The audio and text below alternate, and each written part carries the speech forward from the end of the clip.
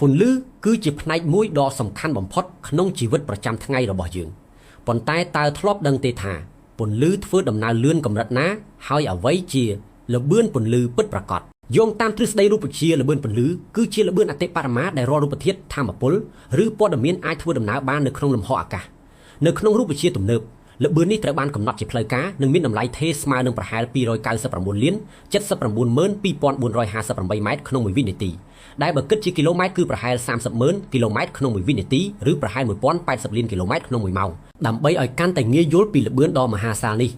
អ្នកវិទ្យាសាស្ត្របានបង្ហាញឧទាហរណ៍ប្រៀបធៀបថាជុំវិញផែនដីក្នុងរយៈពេលត្រឹមតែ1វិនាទីពន្លឺអាចធ្វើដំណើរជុំវិញពិភពលោករបស់យើងបានជិត7ជុំកន្លះ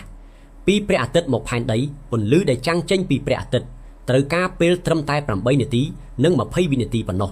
ដើម្បីមកដល់ភពផែនដីដែលមានចម្ងាយប្រមាណ150លានគីឡូម៉ែត្រលើសពីនេះនៅក្នុងវិស័យតារាសាស្ត្រចម្ងាយរវាងភពនិងផ្កាយឆ្ងាយមិនត្រូវបានវាស់វែងជាគីឡូម៉ែត្រនោះទេប៉ុន្តែវាស់វែងដោយឆ្នាំពន្លឺដែលជាចម្ងាយដែលពន្លឺធ្វើដំណើរបានក្នុងរយៈពេល1ឆ្នាំប្រហែល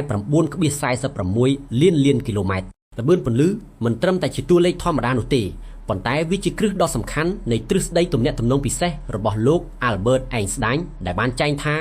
គ្មានវត្ថុណាមួយដែលមានម៉ាស់អាចធ្វើដំណើរលឿនជាងល្បឿនពន្លឺបានឡើយការស្វែងយល់ពីល្បឿនពន្លឺមិនត្រឹមតែជួយឲ្យមនុស្សយល់ដឹងពីដំណើរការនៃសកលលោកប៉ុណ្ណោះទេប៉ុន្តែវាក៏ជាមូលដ្ឋានគ្រឹះក្នុងការអភិវឌ្ឍបច្ចេកវិទ្យាទំនើបដូចជាប្រព័ន្ធទូរគមនាគមន៍អុបទិកនិងការរុករកអវកាសផងដែរ